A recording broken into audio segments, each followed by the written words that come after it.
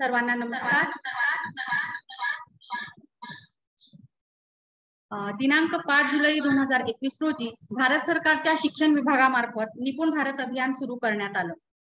हे अभियान समाजातील सर्व स्तरांपर्यंत पोहोचावे यासाठी निपुण भारत अभियानाबाबत जागृतीसाठी दिनांक 6 ऑगस्ट 2022 रोजी केंद्रस्तरीय शिक्षक उद्बोधन बैठकीचे आयोजन करणे अपेक्षित आहे। त्या सत्राच्या आयोजनाबाबत पूर्वतयारी करण्यासाठी आज या ऑनलाईन बैठकीचे आयोजन करण्यात आलेले आहे। या उद्बोधन वर्गासाठी उपस्थित असलेले परिषदेचे आदरणीय संचालक माननीय श्री एमडी देवेंद्र सिंह सर, त्यानंतर आदरणीय सहसंचालक श्रीयुत रमाकांत काटमोरे सर, निपुण भारत नोडल अधिकारी तथा भाषा विभागाच्या उपसंचालिका डॉक्टर कमलादेवी आवटे मॅडम, तसेच परिषदेचे आदरणीय उपसंचालक डॉक्टर नेहा बेलसरे मॅडम, आदरणीय माधुरी सावरकर मॅडम, आदरणीय विकास गरड सर आणि आदरणीय सागर भटकर सर, आणि तसेच या उद्बोधन बैठकीसाठी राज्यभरातून उपस्थित माननीय प्राचार्य, डायट सर्व, माननीय शिक्षणाधिकारी प्राथमिक माध्यमिक सर्व, तसेच आदरणीय जिल्हा महिला व बाल विकास अधिकारी सर्व, प्रशासन अधिकारी मनपा सर्व, तसेच निपुण भारत जिल्हा नोडल अधिकारी आणि उपस्थित सर्वांचे सहर्ष स्वागत। मी राज्य शैक्षणिक संशोधन व प्रशिक्षण परिषद पुणे मार्फत आपणा सर्वांचे शब्दसुमनाने स्वागत करते। या उद्बोधन वर्गात आपणास मार्गदर्शन करणारे गणित विभागाचे उपविभाग प्रमुख आदरणीय श्री रत्नप्रभा भालेराव मॅडम, इंग्रजी विभागाचे उपप्रमुख श्री अरुण सांगोलकर सर, बाल शिक्षण विभागाचे उपविभाग प्रमुख श्री लक्ष्मण सुपे सर, मराठीचे उपविभाग प्रमुख डॉक्टर राजेश बनकर सर, तसेच आयटीचे विभाग प्रमुख श्री योगेश सोनवणे सर, मूल्यमापन विभागाचे उपविभाग प्रमुख श्री महादेव वांद्रे सर, तसेच परिषदेतील अधिव्याख्याता गणित विभागाच्या श्रीमती वृषली गायकवाड मॅडम आणि इंग्रजी विभागाचे श्री अजय पुंदे सर आपणा सर्वांस मार्गदर्शन करणार आहेत। त्यांचेही मी सर्वांचे स्वागत करते। आता आपणा सर्वांचा फारसा वेळ न घेता आपण आज आपल्या विषयाकडे वळूया। निपुण भारत अभियान काय आहे, त्याची पार्श्वभूमी काय आहे याबाबत विवेचन करण्यासाठी डॉक्टर कमलादेवी आवटे मॅडम, निपुण भारत राज्यस्तरीय नोडल अधिकारी तथा उपसंचालक भाषा विभाग यांना मी आमंत्रित करते। आदरणीय कमलादेवी आवटे मॅडम।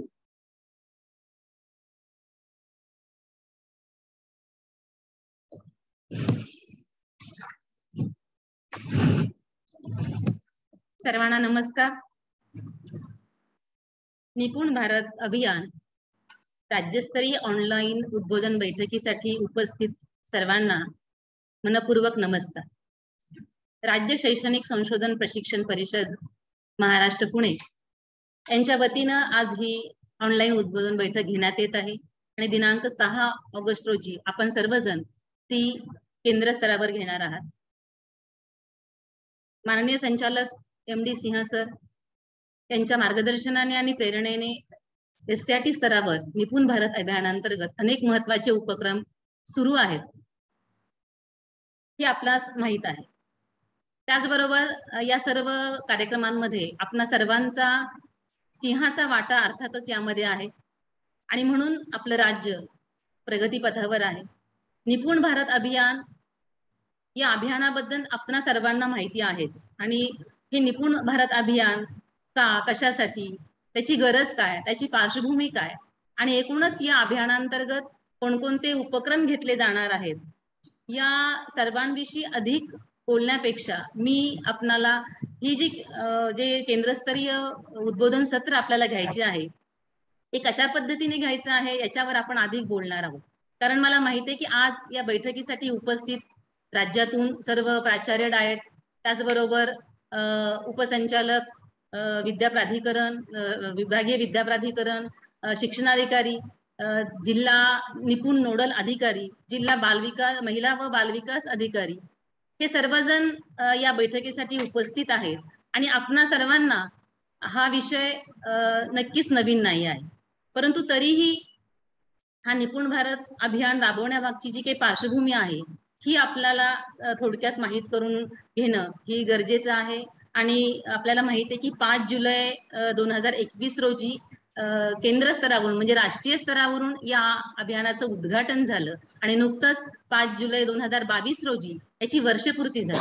म्हणून या वर्षपूर्तीच्या निमित्तानं वर्षभरात आपण नेमकं काय केलं याचा मागोवा घेणं आणि इथून पुढची दिशा निश्चित करणं हे अपेक्षित होतं आणि म्हणून आज आपण त्यासाठी सर्वजण एकत्रित जमलेलो आहोत आणि सर्व घटकांना म्हणजे याच्यामध्ये ज्या ज्या स्टेक होल्डर्सना आपल्याला सोबत घेऊन काम करायचं आहे त्या सर्वांसोबत ही जाणीव जागृतीचं अभियान आपण राबवावं असा एक उद्देश या पाठीमागे होता आणि म्हणून माननीय संचालकांच्या मार्गदर्शनाखाली ही बैठक आयोजित केलेली आहे. माननीय सहसंचालक रमाकांत काटमोरे सरही या मीटिंगमध्ये उपस्थित आहेत. त्याचबरोबर SCRT मधून सर्व उपसंचालक आणि विभाग प्रमुखही आपल्यासोबत असणार आहेत. तर याच्यामध्ये आपल्याला माहिती आहे जे सर्वांनाच की राष्ट्रीय शैक्षणिक धोरण 2020 जे अधोरेखित करत आहे की प्राथमिक स्तरावरील अंदाजे 5 कोटीहून अधिक मुलं यांनी पायाभूत साक्षरता आणि संख्याज्ञान प्राप्त केलेलं नाही आहे हे आपल्याला माहिती आहे आणि म्हणून ही प्राधान्यानं ही मोहीम हाती घेतली पाहिजे हे NEP ने अधोरेखित केलेलं आहे आणि म्हणून त्या दिशेनं ही आपली पावलं चाललेली आहेत आणि म्हणून शालेय शिक्षण आणि साक्षरता विभाग राष्ट्रीय स्तरावरचा की ज्यांनी सांगितलंय की 26-27 पर्यंत इयत्ता 3रीच्या अखेरीपर्यंत देशातील सर्व मुलांना पायाभूत साक्षरता आणि संख्याज्ञान याच्यामध्ये प्रावीण्य प्राप्त करावं म्हणून निपुण भारत हे राष्ट्रीय अभियान सुरू झालेलं आहे. अर्थातच आपल्याला माहिती आहे की महाराष्ट्राने यामध्ये फार पूर्वीपासून काम केलेलं आहे आणि म्हणून 26-27 ची वाट आपल्याला नक्कीच बघायची नाहीये जेणेकरून पायाभूत साक्षरता आणि संख्याज्ञान यामध्ये आपली मुलं लवकरात लवकर पारंगत होतील आणि त्याच्या पुढची स्टेप आपल्याला गाठायची आहे.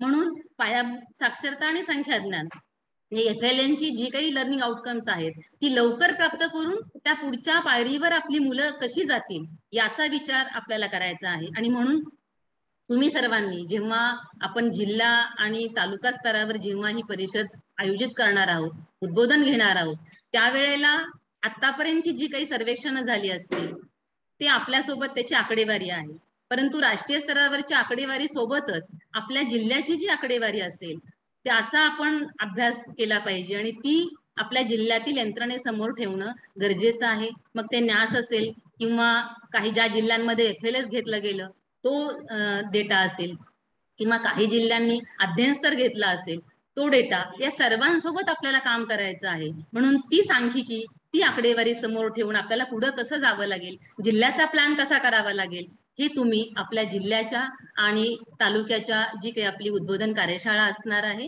त्यामध्ये आपण घ्यावं. तर याच्यामध्ये हे निपुण भारत अभियान जे त्याचं national initiative for proficiency in reading with understanding and numeracy हे हा ज्याचा लॉंग फॉर्म आहे जे आपल्याला माहिती आहे. तर हे निपुण भारत अभियान 5 जुलै 2021 पासून जे सुरू झालं ते आपण सांगितलं. तर त्याबाबतचा एक छोटासा व्हिडिओ आता आपण पाहणार आहोत.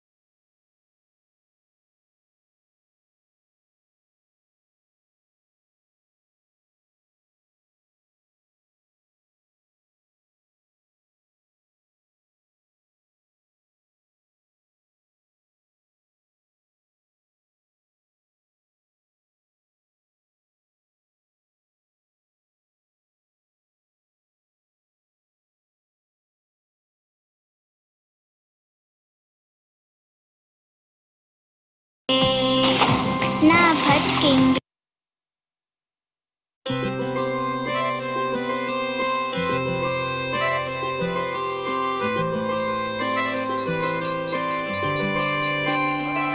ना अटकेंगे ना भटकेंगे पढ़ने लिखने में हम तेज रहेंगे हल होंगे सवाल अब भाषा गणित के रास्ते बिल्कुल आसान लगेंगे गया हो ABC, सीखने का एक जुनून रहेगा, होगी ये भारत की सदी, शिक्षा से ना कोई दूर रहेगा, अब हर बच्चा निपुण बनेगा, अपना भारत देश बढ़ेगा, अब हर बच्चा निपुण बनेगा, अपना भारत देश बढ़ेगा। पढ़ा लिखा भारत में पूर्ण नया भारत, पढ़ा लिखा भारत नूतन निपुण भारत, शिक्षित परिपूर्ण भारत, नूतन निपुण भारत, विद्या संपन्न इंडिया, निपुण शिक्षामय इंडिया। निपुण भारत का सपना, सब बच्चे समझे भाषा और गणना।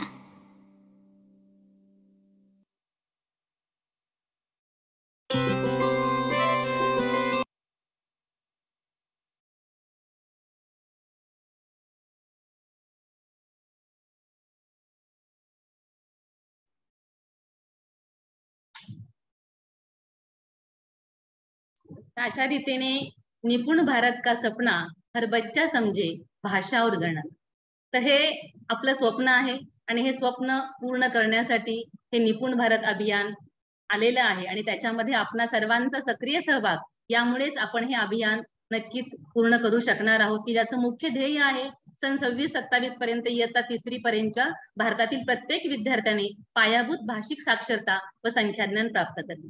मी यापूर्वीच आपल्याला म्हटलं की अर्थातच यासाठी आपण फार पूर्वीपासून काम करत आहोत। महाराष्ट्रामध्ये याबाबत खूप काम झालेलं आहे आणि SCRT मार्फत यापूर्वी समजपूर्वक वाचनासाठी आपण खूप मोठं काम केलं आहे, गणित संबोध प्रशिक्षण घेतलेलं आहे, खूप टीचिंग लर्निंग मटेरियल सुद्धा आपापल्या शाळांमध्ये प्रत्येक शाळेमध्ये ते पोहोचलेलं आहे। गरज आहे ती पुन्हा एकदा याबाबत जागृती घडवून आणण्याची आणि मुलांसाठी त्यासाठी काम करण्याची, कारण आपल्याला माहिती आहे की RT 2009 नुसार सुद्धा गुणवत्तापूर्ण शिक्षण देणं हे आपलं कर्तव्य आहे। म्हणजे प्रत्येक मूल शाळेत आलं पाहिजे, शिकलं पाहिजे, टिकलं पाहिजे, हे जी आपली प्रमुख उद्दिष्ट आहेत त्या उद्दिष्टांना समोर ठेवून आपण काम करणार आहोत। आणि निपुण भारत अंतर्गत फक्त वाचन लेखन एवढंच अपेक्षित नाही आहे, हे पुढे तुम्ही आता ह्या आजच्या आमच्या उद्बोधन सत्रामध्येही पाहाल की निपुण भारतची जे 3 प्रमुख गोल आहेत, ध्येय आहेत, त्यामध्ये सुद्धा आपल्याला मुलाचा सर्वांगीण विकास हा कसा अपेक्षित आहे हे तुम्ही बघणार आहात। आणि फक्त भाषा आणि गणित यामध्ये अंतर्भूत नाही आहे, तर सर्व विषय याच्यामध्ये समाविष्ट होतात, हाही एक जाणीवपूर्वक विचार सर्वांपर्यंत पोहोचवण्याची खूप मोठी गरज आहे। त्यामुळे आज मी आपल्याला निपुण भारत बद्दल जास्त काही सांगण्यापेक्षा निपुण भारत अभियानाबाबतची जी काही केंद्रस्तरीय उद्बोधन सत्र आपलं असणार आहे ते कशा पद्धतीनं पुढे तुम्हाला घ्यायचं आहे याबद्दलच्या सूचनांवर काम करणं आणि त्यापूर्वी शासन स्तरावर यासाठी कोणकोणते प्रयत्न झाले आहेत की जे आपल्याला माहीतही आहेत, कारण तुम्हीही त्याच यंत्रणेतला एक भाग आहात, किंबहुना या कामामध्ये या भागामध्ये तुम्हा सर्वांचंही योगदान खूप मोठं आहे। तर जसं मी सांगितलं की 5 जुलै 2021 केंद्रीय शिक्षण मंत्री यांच्या हस्ते या कार्यक्रमाचं उद्घाटन झालं, म्हणून आपण निपुण भारतचे 1 वर्षपूर्ती झाली असं आपण म्हणत आहोत। त्याचबरोबर केंद्र शासनाच्या गाईडलाईन नुसारच 5 इयर पर्स्पेक्टिव्ह प्लॅन SCRT आणि MPSP ने तयार करून तो पाठवलेला आहे। 27 ऑक्टोबर 2021 रोजी राज्यस्तरावर आपण स्वतंत्र GR शासन निर्णय काढलेला आहे आणि महाराष्ट्र हे पहिलं राज्य ठरलं आहे की ज्याने असा स्वतंत्रपणे FLN साठी GR काढलेला आहे। राज्यस्तरीय नोडल अधिकारी यांची नेमणूक झाली आहे। त्याचबरोबर या GRच्या अनुषंगाने GR नुसार राज्य व जिल्हा स्तर प्रकल्प नियंत्रण कक्षाची व सुकाणू समितीची स्थापना सुद्धा करण्यात आलेली आहे, त्याच्यामध्ये तुम्ही जिल्हा स्तरावर त्याचं कामही सुरू केलेलं आहे। त्याचबरोबर अकॅडमिक टास्क फोर्स हा राज्य स्तरावर आणि डिस्ट्रिक्ट टास्क फोर्स हा आपापल्या जिल्हा स्तरावर आपण सर्वांनी स्थापन केला आहे आणि त्यानुसार हे काम सुरू झालं। नुकतंच आमच्या मार्गदर्शक सूचनांनुसार आपण निपुण मित्रसाठी सुद्धा लिंक भरलेली आहे आणि त्या निपुण मित्रांचं सुद्धा काही दिवसांमध्ये त्याचं ओरिएंटेशन उद्बोधन SCRT मार्फत घेतलं जाणार आहे की जेणेकरून हा मेंटोरिंग पूल म्हणून हा काम करेल आणि प्रत्येक शिक्षकासाठी याची मदत होणार आहे. तर अशा पद्धतीने हे झालेलं आहे. त्याचबरोबर आणखी जे काही प्रयत्न आहेत टीचिंग लर्निंग मटेरियल बद्दल त्याचं स्वतंत्रपणे पुढच्या सत्रामध्ये त्याच्याबद्दल सांगितलं जाईल किंवा FLN निष्ठाबाबत जे प्रशिक्षण झालं आहे त्याबाबतही स्वतंत्रपणे बोललं जाईलच. आता मी जसं म्हटलं की प्रत्यक्ष केंद्र स्तरावर हे जे आपलं आयोजन होणार आहे त्यासाठी काही सूचना मला आपल्याला सांगाव्याशा वाटतात. अर्थात आपण सर्वजण बऱ्याच दिवसांपासून अशा पद्धतीचं काही काम करतच आहोत, त्याच्यामुळं खूप चांगल्या पद्धतीनं हे काम सुरू आहे. परंतु तरीही हे एक वेगळं अभियान निपुण भारत अभियानचं एकाच दिवशी संपूर्ण राज्यामध्ये याची जाणीव जागृती होण्यासाठी आपणा सर्वांचं सक्रिय योगदान हे अत्यंत महत्वाचं आहे. आणि म्हणून जे आम्ही वेळापत्रक पत्रासोबत दिलेलं आहे त्या वेळापत्रकाप्रमाणे शिक्षक उद्बोधन सत्राचं आयोजन सर्व केंद्रातून करण्यात यावं. आणि यासाठी जे सुलभक म्हणून आपल्याला निवड करायची आहे त्या सुलभकांची निवड खूप काळजीपूर्वक केली पाहिजे. जिल्हा स्तरावर प्रत्येक तालुक्यामधून 3 किंवा 4 व्यक्ती आपण बोलवाव्यात. आज जरी तुम्हाला इथं असं दिसलं की SCRT मध्ये सर्व विभाग असल्यामुळे अनेक सुलभक तुम्हाला इथं बोलताना दिसतील, परंतु आपल्याला प्रत्येक विषयासाठी स्वतंत्र सुलभकाची गरज जिल्हा स्तरावर लागेलच असं नाही. काही विषय आपण क्लब करू शकता आणि त्यामुळे 3 किंवा 4 रिसोर्स पर्सन मध्ये आपलं काम होऊ शकतं. त्यामुळे तालुक्यातून असे लोक आणि ते लोक बोलवतानाही वेगवेगळ्या केडरमधून बोलवावेत. केंद्र प्रमुख, विषय साधन व्यक्ती, शिक्षक अशा सर्वांना बोलावून आपण जिल्हा स्तरावर त्यांचं स्वतंत्रपणे एक कार्यशाळा घेण्यात यावी. आणि ही जी ठिकाणं आहेत जिल्हा, तालुका, केंद्र या ठिकाणी जी आपण ही जी केंद्र ही जी स्थळं निवडणार आहोत ती अर्थातच भौतिक दृष्टीने आणि सर्व दृष्टींनी सोयीनियुक्त असावीत अशी असायला हवी. त्यामुळे मध्यवर्ती असणाऱ्या शाळेत, सभागृहात अशी व्यवस्था करण्यात यावी.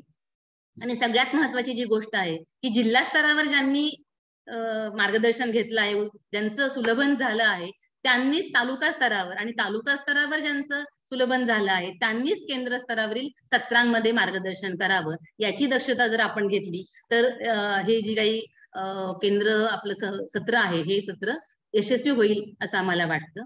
आणि दुसरी एक गोष्ट अशी की व्याख्यान पद्धतीने ह्या सर्व गोष्टी होण्याऐवजी गटचर्चा, गटकार्य याला प्राधान्य जर दिलं तर ते अधिकाधिक इंटरॅक्टिव्ह होईल. काही गोष्टी असतील की ज्या आपल्याला इन्फॉर्मेटिव्हच आहेत त्या सांगाव्या लागतील, परंतु यानंतरचे जे काही विषय आहेत त्या विषयांबाबत आपण नक्कीच ऍक्टिव्हिटी घेऊ शकता, गटकार्य घेऊ शकता. जे शिक्षक आलेले आहेत आपल्या केंद्रस्तर उद्बोधन वर्गासाठी त्यांच्यामध्ये काही गट करून अशा ऍक्टिव्हिटीज तुम्ही नक्कीच देऊ शकाल, जेणेकरून शिक्षकाला तो विषय आपला वाटेल, जवळचा वाटेल आणि त्याच्यामध्ये ते रमून जाऊन ते काम करतील. आणि मुख्य म्हणजे त्याचा उपयोग त्याच्या वर्गासाठी, मुलांसाठी होईल हा हेतू आपल्याला त्या पाठीमागे ठेवायचा आहे. त्याचबरोबर राज्यस्तरावरून FLNच्या अनुषंगाने जे काही साहित्य वितरित करण्यात आलेलं आहे ते साहित्य प्रत्यक्ष आपल्या सत्रामध्ये दाखवा. मग ते जिल्हा स्तरावरही दाखवावं, तालुका स्तरावर आणि केंद्र स्तरावरही दाखवण्यात यावं. SCRT कडून जे काही साहित्य पोहोचलेलं आहे शाळांपर्यंत ते नक्कीच तुम्हाला त्या त्या शाळेमध्ये उपलब्ध होईल आणि ते तुम्ही प्रत्यक्ष दाखवून त्यावर चर्चा घडवून आणल्यास त्याचा अधिक चांगला उपयोग होईल. त्याचबरोबर www.education.gov.in या केंद्र शासनाच्या संकेतस्थळावर उपलब्ध असणाऱ्या निपुण भारतच्या ज्या गाईडलाईन्स आहेत त्याचं सुलभकांनी वाचन करावं आणि त्या आधारे सखोल मार्गदर्शन करावं. ते वाचन केल्यानंतर आपल्याला आणखी जास्त त्याची खोली कळेल. आणि अर्थातच हा जो काही आपण उपक्रम घेणार आहोत त्याला समाज माध्यमातून, वृत्तपत्रातून अधिकाधिक प्रसिद्धी देण्यात यावी. जो आम्ही हॅशटॅग दिला आहे निपुण भारत या हॅशटॅगचा वापर अधिकाधिक आपण करावा, जेणेकरून आपल्याला हे निपुण भारत एक अभियान स्वरूपात आपल्याला राबवायचं आहे. ते अधिकाधिक लोकांपर्यंत पोहोचवायचं आहे. पालक, समाज या सर्वांपर्यंत पोहोचून आपल्या मुलांना नेमकं काय आलं पाहिजे आणि सध्या ती कुठे आहेत हा सगळा विचार सर्व भागधारकांनी, सर्व स्टेक होल्डर्सनी करावा. यासाठीची आपली भूमिका ही अत्यंत महत्वाची असणार आहे. आणि म्हणून पुन्हा एकदा मी आपणा सर्वांना असं आवाहन करते की डायट प्राचार्य, शिक्षणाधिकारी महिला बाल विकास अधिकारी या सर्वांच्या समन्वयातून हे केंद्रस्तर उद्बोधन जे आहे ते अधिकाधिक चांगल्या पद्धतीने घ्यावं. जो आपला अंगणवाडीचा जो सेक्शन आहे, जो प्री प्रायमरी सेक्शन आहे, तो अत्यंत महत्वाचा आहे. कारण निपुण भारत हा 3 ते 9 या वयोगटासाठी प्रामुख्याने आहे आणि त्यामुळे अंगणवाडी मध्ये ज्या लर्निंग आउटकमवर काम करणं अपेक्षित आहे ते सुद्धा होण्याची गरज आहे. म्हणून आपल्या केंद्रस्तर उद्बोधन वर्गासाठी आपण अंगणवाडी ताईंना, अंगणवाडी सेविकांना सुद्धा आपण याच्यामध्ये सहभागी करून घ्यायचा. त्यामुळे पुन्हा एकदा त्या केंद्रस्तर सत्रासाठी मी आपल्या सर्वांना शुभेच्छा देते आणि यानंतर अरुण सांगोलकर सर हे पुढील सत्रासाठी मी त्यांना विनंती करते. धन्यवाद.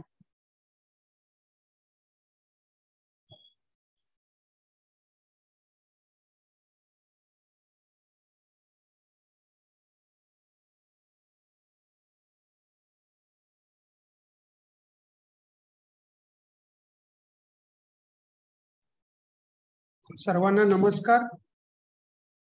निपुण भारत अभियान याबाबत राज्यस्तरीय उद्बोधन सत्र या कार्यक्रमामध्ये पुन्हा एकदा सर्वांचं स्वागत करतो. राज्याच्या निपुण भारत नोडल अधिकारी माननीय डॉक्टर कमलादेवी आवटे मॅडम यांचा पुढाकार आणि परिषदेचे संचालक आणि सहसंचालक याचबरोबर परिषदेतील सर्व उपविभाग प्रमुख यांचे सहकार्य यामुळं हे सत्र नियोजित करणं शक्य झालेलं आहे. यामध्ये ज्या काही गोष्टीवरती भर देणं किंवा प्रत्येक भागधारकामध्ये याची जाणीव निर्माण करून देण्यासारख्या ज्या काही बाबी आहेत त्या ठळक बाबींचं विश्लेषण आपण इथं करतो आहोत. जसं आपण म्हटलं की निपुण भारत, निपुण याचा अर्थच तो हिंदी शब्द आहे मुळातच. निपुण याचा अर्थ एखादा व्यक्ती किंवा एखादं बालक एखाद्या स्किल मध्ये प्रोफिशियंट असणं हाच अर्थ या निपुण मध्ये. परंतु इंग्लिश मध्ये जर बघितलं आपण तर त्याचा लॉंग फॉर्म वेगळा आहे. परंतु निपुण हे लोकमानसामध्ये ही संकल्पना अधिकाधिक लवकर समजू शकते. या अनुषंगाने निपुण भारत असं म्हटलेलं आहे. आपणा सर्वांना माहित असेल निपुण भारत अभियान कोणतीही गोष्ट किंवा कोणताही प्रकल्प अभियान येतो त्यावेळेस त्याची फार मोठ्या प्रमाणावर गरज भासलेली असते. आता ही गरज कशी भासलेली आहे? पाठीमागच्या 2 वर्षापासून कोविड-19 कालावधी, या कालावधीमध्ये मुलं ज्या गतीने शिकायला हवी होती त्या गतीने शिकली नसल्यामुळं याच बरोबर जगातल्या 200 देशांनी या 2 वर्षाच्या कालावधीमध्ये वेगवेगळ्या संस्था असतील, देश असतील यांनी अभ्यास केला आणि सर्वोत्तम प्रायोरिटीचं क्षेत्र कोणतं असेल तर त्यासाठी आताच आपण पाहिले की पायाभूत साक्षरता आणि संख्याज्ञान ही प्रायोरिटी असेल. निपुण भारत मध्ये हा एक कोर एलिमेंट किंवा हा एक महत्वाचा भाग आहे. यासोबत बरेचसे भाग आणखी पुढे आहेत, परंतु सर्वात महत्वाच्या प्रायोरिटीने प्राथमिकतेने आपण पायाभूत साक्षरता आणि संख्याज्ञान हे आपल्याला अचीव करायचं आहे वयोगट 3 ते 9 याच्या बाबतीत. तर या अभियानाचं जर स्वरूप आपण सांगायचं ठरलं तर यामध्ये आपल्याला माहित आहे NEP 2020 मध्ये जो नवीन आकृतीबंध सांगितलेला आहे 5+3+3+4 या पहिल्या 5 वर्षाला पायाभूत स्टेज म्हटलेले आहे. परंतु निपुण भारत अभियानामध्ये अशी काही मुलं त्या पायाभूत स्तराच्या वरची सुद्धा मुलं आहेत की ज्यांना हे बेसिक किंवा फंडामेंटल जे स्किल्स आहेत ते अजूनही अचीव नाहीत आणि म्हणून आकृतीबंधामध्ये असलेले पहिले दोन्ही स्तर या FLN मिशन मध्ये गृहीत धरलेले आहेत. म्हणजेच इयत्ता 3च्या वयोगटाबरोबर किंवा इयत्ता 3 अखेर जेव्हा आपण निपुण भारतची ध्येय उद्दिष्टे अचीव करायची म्हणतो त्याचसोबत जे 4थ्या आणि 5वी मधले मुलं आहेत की ज्या या क्षमतेमध्ये या अध्ययन निष्पत्तीमध्ये कमी आहेत त्यांच्यापर्यंत सुद्धा आपल्याला हे अभियान घेऊन जायचं आहे. या अनुषंगाने अध्ययन अध्यापन हा एक महत्वाचा भाग आहे. जनरली आपण यापूर्वी टीचिंग लर्निंग असं म्हणायचो, पण आता इथून पुढे आपल्याला लर्निंग टू टीचिंग असा प्रवास करणं गरजेचं आहे. याचाच अर्थ असा, मी वेगळं सांगतोय असं नाही, परंतु लर्निंग प्रत्येकाची अध्ययन शैली वेगळी असते, प्रत्येक विद्यार्थ्याची शैली वेगळी असते आणि त्यानुसार अध्यापन होणं गरजेचं आहे. याची जाणीव शिक्षकापर्यंत झाली पाहिजे. आपण जर निपुण भारतच्या गाईडलाईन वाचल्या तर आपल्याला लक्षात येईल या निपुण भारत अभियानाची खरी यशस्वीता कोणावरती अवलंबलेली आहे तर सर्वोत्तम घटक आहे तो म्हणजे शिक्षक. शिक्षकाला जर या बाबतीतील सर्व समज आपण केंद्रस्तरीय उद्बोधन सत्रामधून करून दिली तर खऱ्या अर्थानं हे आजचं जे काही सत्र आहे किंवा आपण जे ऑर्गनाईज खाली करणार आहात सर्वांच्या सहभागातून त्याची नक्कीच यशस्वीता आपल्याला लक्षात येईल. खरोखर 1 वर्ष पूर्ण झालेल्या अभियानाचं आणि आपल्याला थोडा ही सुरुवात करण्यासाठी थोडा उशीर झालाय असं आपल्याला दिसून येईल, कारण याची व्यापक स्तरावर प्रसिद्धी देण्याचं काम हे जे करायचं आहे ते सर्व आम्ही सर्वांनी मिळून करायचं आहे. यामध्ये दुसरा घटक आहे क्षमताधिष्ठित अध्ययनाकडे वाटचाल. क्षमताधिष्ठित अध्ययन याचा अर्थ कॉम्पिटन्सी बेस्ड लर्निंग. यामध्ये वेगवेगळ्या कॉम्पिटन्सीज आहेत की ज्या बेसिक म्हणून गणलेल्या आहेत.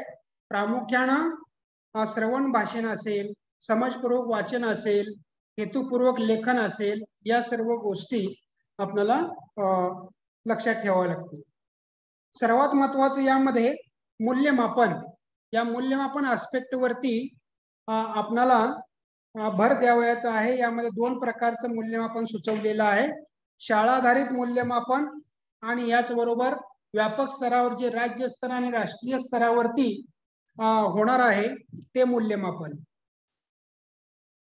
याचबरोबर कृती केंद्रित अध्ययन, फंडामेंटल स्किल्स जे आहेत आता मी सांगितले श्रवण, भाषण, वाचन आणि लेखन, यावर आधारित आपल्याला फाउंडेशनल लिटरसी पायाभूत साक्षरतेकडे आपल्याला वळायचं आहे. याचबरोबर टीचर कॅपॅसिटी बिल्डिंग, नाविन्यपूर्ण अध्ययन आणि अध्यापन हाही भाग त्यामध्ये महत्वाचा आहे. यानंतर निपुण भारत अभियानामध्ये एकूण 3 ध्येय सांगितलेले आहेत. या ध्येयाकडे थोडंसं आपण फोकसिंग करूया की विद्यार्थ्याच्या बाबतीमध्ये हे 3 ध्येय विवेचन करत असताना यामध्ये पहिलं ध्येय आहे उत्तम मानसिक आणि शारीरिक स्वास्थ्य असणारा विद्यार्थी आपल्याला बनवायचा आहे, घडवायचा आहे. याचबरोबर दुसरं ध्येय आहे इफेक्टिव्ह कम्युनिकेटर, प्रभावी संवादक. प्रत्येक मूल हे प्रभावी संवादक असलं पाहिजे. आता जो आपल्या एज्युकेशन सिस्टम मध्ये जो काही डाऊनफॉल दिसतोय तो हा संप्रेषणाचा डाऊनफॉल दिसतोय, परंतु प्रत्येक मूल या भाषेच्या आधारे, पायाभूत साक्षरतेच्या आधारे प्रभावी संवादक कसं बनेल यावरती आपल्याला या अभियानामध्ये भर दिलेला दिसून येतो. याचबरोबर तिसरं ध्येय आहे प्रत्येक मूल हे सक्रिय अध्ययनार्थी झालं पाहिजे आणि जे काय त्याला वातावरण मिळालेलं आहे, परिसर मिळालेला आहे, त्या परिसराशी त्याला योग्य पद्धतीने जोडून घेता आलं पाहिजे. हा यामध्ये महत्वाचा भाग आहे.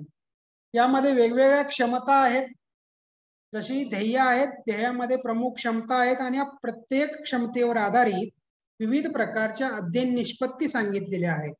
आता खरोखर विचार करण्यासारखी गोष्ट आहे, निपुण भारत मध्ये ज्या काय अध्ययन निष्पत्ती सांगितलेल्या आहेत FLNच्या अनुषंगानं आणि आपल्या टेक्स्ट बुक मध्ये दिलेल्या अध्ययन निष्पत्ती आहेत, यामध्ये नेमका काय फरक आहे?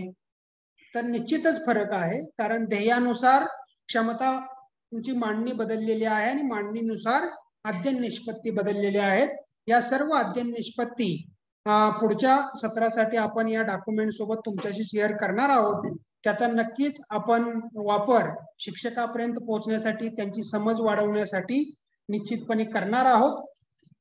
अध्ययन निष्पत्ती हा काय भाग आपल्याला नवीन नाही, परंतु निपुण भारत अंतर्गत FLN मिशनने सांगितलेल्या वर्गनिहाय ज्या काय अध्ययन निष्पत्ती आहेत, आपल्याला माहित आहे वर्गनिहाय FY1 to FY6 म्हणजे 6 लेवल आहेत. या 6 लेवलच्या अध्ययन निष्पत्ती वेगवेगळ्या सांगितलेल्या आहेत.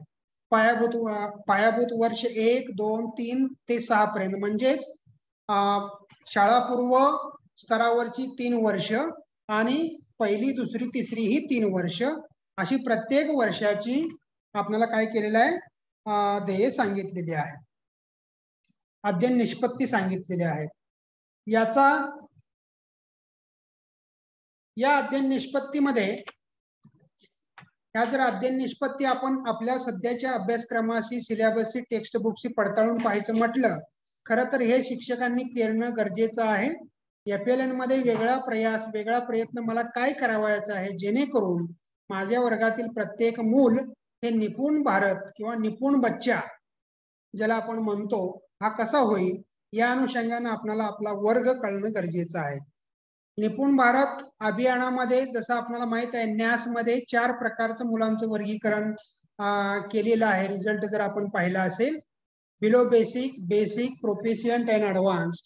याच पद्धतीनं निपुण भारतमध्ये सुद्धा प्रत्येक स्किल तपासत असताना किंवा प्रत्येक स्किल मुलाला येते किंवा नाही याची पाहणी करत असताना आपल्या वर्गातील मुलांचं broadly speaking we can classify them into 4 categories. 4 प्रकारामध्ये त्याचं वर्गीकरण करू शकतो. त्याला पहिला म्हटलेला आहे आपण नवशिका, म्हणजे अगदी बिगिनिंग लेवलला बिगिनर असणारा व्यक्ती आहे तो. यानंतर दुसरा आहे प्रोग्रेसिव्ह, म्हणजे प्रगती पथावर असलेला मुलगा. तिसरा आहे प्रोफिशियंट, म्हणजेच प्रवीण, एखाद्या स्किल मध्ये प्रवीण असणारा मुलगा. आणि चौथा आहे की जो ऑलरेडी प्रगत आहे आणि तो आधुनिक प्रगतीच्या मार्गावरती आहे. याचाच अर्थ आपण निपुण भारत किंवा बेसिक स्किल याची प्रगती पाहत असताना कुठंतरी हुशार किंवा कुशाग्र बुद्धीच्या मुलाला सुद्धा आपण मागे ठेवणार नसून त्याच्यासाठी सुद्धा वेगळा प्लॅन, वेगळा कृती आराखडा प्रत्येक शिक्षकानं बनवणं गरजेचं आहे. म्हणजेच शिक्षकाकडून आपल्या वर्गाचं ब्रॉडली 4 प्रकारचं क्लासिफिकेशन करून या प्रत्येक कॅटेगरीसाठी या सर्व कृतींचं नियोजन त्यांनी सांगणं किंवा त्यांनी करणं गरजेचं आहे. यामध्ये जी काय पंचसूत्री आहे, वर्गामध्ये नेमकं शिक्षकांनी काय करायचं आहे, तर या पंचसूत्रीचा बी वापर आपल्याला समजावून सांगता आला पाहिजे. किंबहुना शिक्षकांनी आजपर्यंत आपण बघितलं नीड बेस्ड अध्ययन आणि अध्यापन असायचं. यामध्ये सांगितलेलं आहे की नीड बेस्ड असावं, याचबरोबर ते पार्टिसिपेटरी लर्निंग असलं पाहिजे. म्हणजे शिक्षकाची भूमिका, शिक्षकाचा जो टॉक टाइम आहे तो कमी असून विद्यार्थ्यांचं जे काही पार्टिसिपेशन आहे ते वाढलं पाहिजे. याचबरोबर क्वेश्चनिंग, समस्यांची मांडणी, यानंतर विद्यार्थ्यांची जी काही शिकण्याची गती आहे या शिकण्याच्या गतीला स्वातंत्र्य देण्याचं काम शिक्षकांनी केलं पाहिजे. याचबरोबर ज्या गणितासारख्या अमूर्त संकल्पना असतात या संकल्पना औपचारिकरित्या हाताळण्याच्या ऐवजी आपल्याला त्याचं अनौपचारिकरित्या सादरीकरण, अनौपचारिकरित्या त्याचं सुलभीकरण करणं शक्य व्हायला पाहिजे. याचबरोबर शेअरिंग, एक टेक्निक यामध्ये सांगितलेलं आहे. जर आपण निपुण भारतच्या गाईडलाईन मध्ये प्रकरण 2 बघितलं तर त्यामध्ये सर्व प्रकारच्या वेगवेगळ्या पेडॅगॉजीचे विश्लेषण केलेलं आहे. त्यामध्ये असं म्हटलेलं आहे की do pair and share, do pair and share, करून पहा, दुसऱ्यांना सांगा आणि दुसऱ्यांना करत असताना मदत करा. अशा प्रकारे जी काही पेडॅगॉजिकल सिक्वेन्स आहे तो सांगितलेला आहे. आता आपल्या पुढे जी काही स्लाइड दिसते ही जे काही मी सांगितलं ध्येय, अध्ययन, निष्पत्ती हा सर्व मॅटर या निपुण भारतच्या एका स्लाइड मध्ये दिलेला आहे. तो म्हणजे टार्गेट, अंतिम टार्गेट काय असलं पाहिजे. बालवाटिकेला वेगळा आहे, वर्ग पहिलीसाठी वेगळा आहे, दुसरीसाठी वेगळा आहे आणि तिसरीसाठी वेगळा आहे. बालवाटिका हा एक केंद्र स्तराचा शब्द आहे. आपल्याकडे अंगणवाडी, बालवाडी आहेत. फक्त इथं वयोगट लक्षात घेऊन आपल्याला ते टार्गेट मुलांच्या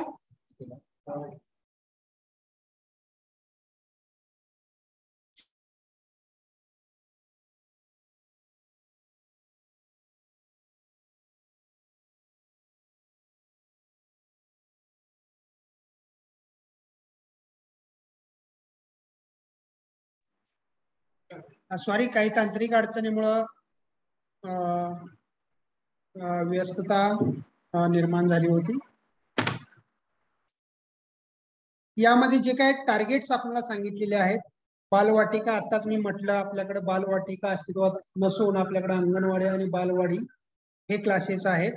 वयोगटानुसार इथं जे दिलेले आहेत अक्षर आणि संबंधित ध्वनी ओळखणे, कमीत कमी 2 अक्षरातील सहज शब्दांचे वाचन, अशा प्रकारे आपण वाचन केल्यानंतर समजून येईल.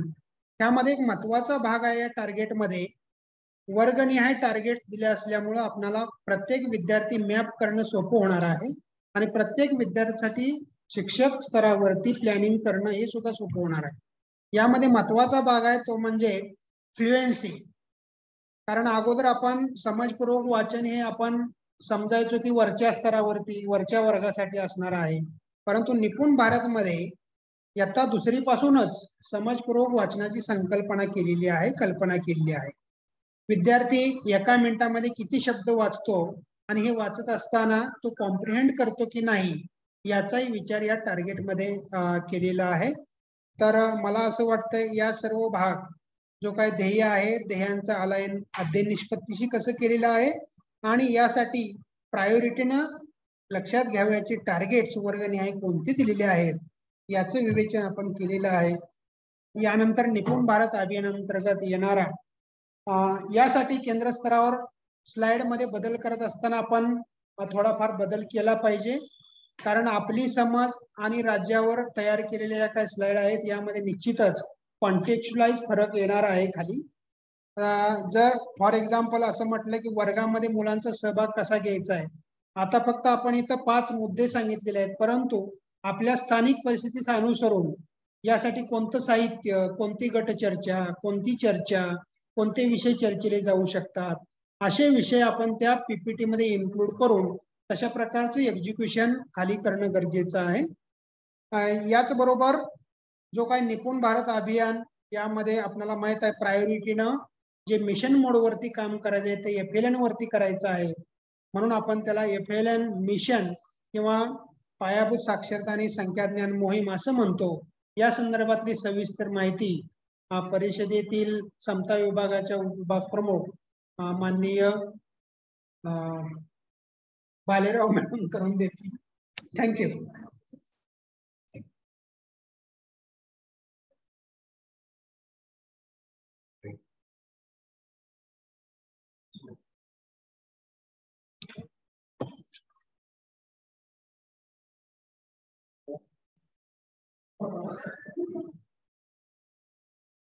नमस्कार सर्वांना. आताच्या सेशन मध्ये सांगोलकर सरांनी FLN मिशनच्या संदर्भाने जे काही आपल्याला करावयाचं आहे किंवा सुरुवात जी आहे त्या संदर्भामध्ये सुरुवात करून दिलेली आहे आणि त्याच्या पुढची जी धुरा आहे ती मी थोडीशी पुढे नेत आहे की FLN मिशनचा हेतू काय आहे. आणि सगळ्यात महत्वाचं FLN म्हटलं की आता बऱ्यापैकी सगळ्यांनाच माहिती झालेलं आहे की पायाभूत साक्षरता आणि संख्याज्ञान या संदर्भाने जे काही आपल्याला करायचं आहे आणि ते मिशन मोड मध्ये करायचं आहे. तर या मिशन मोड मध्ये करताना यापूर्वी देखील आपण खूप सारे मिशन्स किंवा खूप सारी अभियान या पायाभूत साक्षरता आणि संख्याज्ञानासाठी राबवलेली आहेत.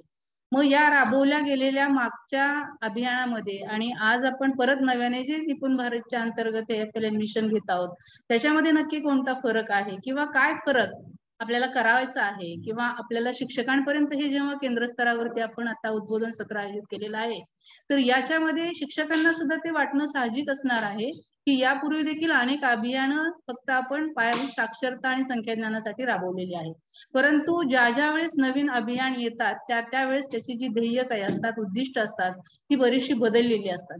कारण कुठलाही विषय जर घेतला तर त्या विषयाचा प्रवाहीपणा हा प्रत्येक वेळेस या ग्लोबलायझेशन मध्ये किंवा नवीन क्षमता येणारं जे काही मॉडर्नायझेशन आहे त्या सगळ्या गोष्टींना धरून तो पुढे जात असतो. आणि त्यामुळे आपण यापूर्वी जरी मराठी किंवा भाषा विषयासाठी आणि गणित विषयासाठी काही अभियानं राबवलेली असली तरी त्यावेळीची ध्येय, त्यावेळीची उद्दिष्ट आणि आज आपण जेव्हा 21व्या शतकातल्या नवीन शैक्षणिक धोरणाच्या अंतर्गत हे पाहतो आहोत तेव्हा यावेळेची किंवा आजची जी काही उद्दिष्ट ध्येय आहे ती निश्चितपणाने आपल्याला थोडीफार बदल करूनच इथे मांडणं गरजेचं राहतं किंवा ती बदलणं किंवा अपेक्षित जे काही आपल्याला आहे या दृष्टिकोनातून एक विचार आपल्याला या ठिकाणी केला पाहिजे आहे. त्या दृष्टिकोनातून जर आपण साध्या भाषेमध्ये बघितलं तर शिक्षकांना सुद्धा हा प्रश्न नेहमी पडतो की नवीन काय आलेलं आहे. तर नवीन काय येतं तर बेसिक गोष्टी जे म्हणतो आपण की भाषा असेल किंवा गणित असेल त्यातलं जे काही पायाभूत साक्षरतेच्या संदर्भात असेल किंवा पायाभूत वाचन क्षमता असतील, गणन क्षमता असतील त्या बदलत नाहीत, परंतु त्याला अडथळा ठरणारे जे घटक असतात त्या घटकांवरती जास्त फोकसिंगली आपल्याला शिक्षकांनी विचार मांडणं आणि त्याला धरून आपल्या शिक्षण प्रक्रियेतल्या म्हणजे टीचिंग लर्निंग प्रोसेस जी आहे ती प्रोसेस करताना ज्या काही आपल्याला क्रिया करायच्या आहेत, प्रक्रिया करायच्या आहेत आणि मुलांना समाविष्ट करून घ्यायचं आहे त्या दृष्टिकोनातून विचार बदलणं हा एक महत्वाचा घटक या ध्येयामध्ये आपल्याला दिसून येतो. या सर्वसाधारणपणे याची व्याख्या जर बघितली, व्याख्या म्हणण्यापेक्षा आपण असं म्हणू की हे मिशन कधीपर्यंत चालणार आहे तर साधारणपणे 26-27 पर्यंत हे मिशन आपण पुढे नेऊयात असं म्हटलेलं आहे.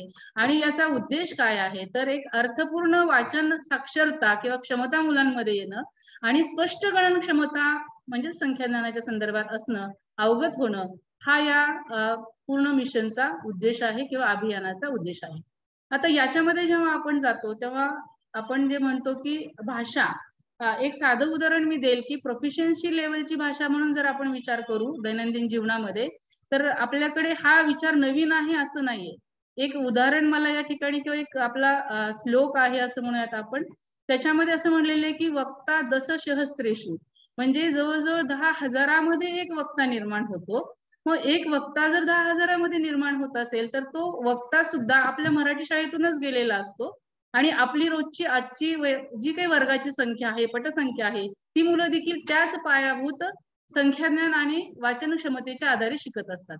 किंवा आपण आणखीन एक उदाहरण देऊयात की लेखनाच्या संदर्भामध्ये सुद्धा आपल्याकडे मराठीमध्ये एक वचन आहे की जो न देखे रवी तो देखे कवी, म्हणजे ही जी काही समजपूर्वक त्याची समज विकसित झालेली असते त्या विकासाला कारणीभूत कुठे होत असतो, तर तो कारण आहे आपला पहिला वर्ग किंवा आपले पहिले जे काही संस्कार आहेत त्या वर्गाच्या संदर्भाने होणारे, शिकण्याच्या संदर्भाने होणारे ते संस्कार. मग या सगळ्या गोष्टी आपण जर भाषेच्या बाबतीमध्ये बघत असू आणि या प्रोफिशियन्सी पर्यंत जर आपल्याला विद्यार्थ्यांना न्यायचं असेल, अर्थात तुम्ही आता म्हणाल की प्रत्येकच जण कवी आणि लेखक होणार आहे का, परंतु होणे अवघड नाही. जर का आपण त्यांना यामध्ये आधारभूत असणाऱ्या ज्या गोष्टी आहेत, समजपूर्वक वाचन असेल, लेखन असेल किंवा गणिताच्या संदर्भाने जर बोलायचं झाले तर गणितीय क्रिया असतील, आणि या सगळ्यांना जर आपण पायाभूत जीवन कौशल्य म्हणून बघत असू, आणि खरं तर ते आहेतच, पायाभूत जीवन कौशल्यामध्येच याचा वापर किंवा याचा संबंध आपण जोडू शकतो. कारण कोणतीही भाषा आहे ही प्रकटीकरणाची भाषा आहे. माणसाचे जे समजपूर्वक विचार असतात ते विचारच खऱ्या अर्थाने पुढे माणसाला, म्हणजे एक साधी गोष्ट मला या ठिकाणी सांगावीशी वाटते की आपण वाचन आणि लेखन हा शब्द खूप पटकन बोलून जातो, त्याला जोडून घेतो, परंतु वाचन टू लेखन हा जो प्रवास आहे तो प्रचंड समजून घेण्याचा प्रवास आहे आणि खूप साऱ्या बारीक सारीक प्रक्रिया या सगळ्या गोष्टींमध्ये होत असतात.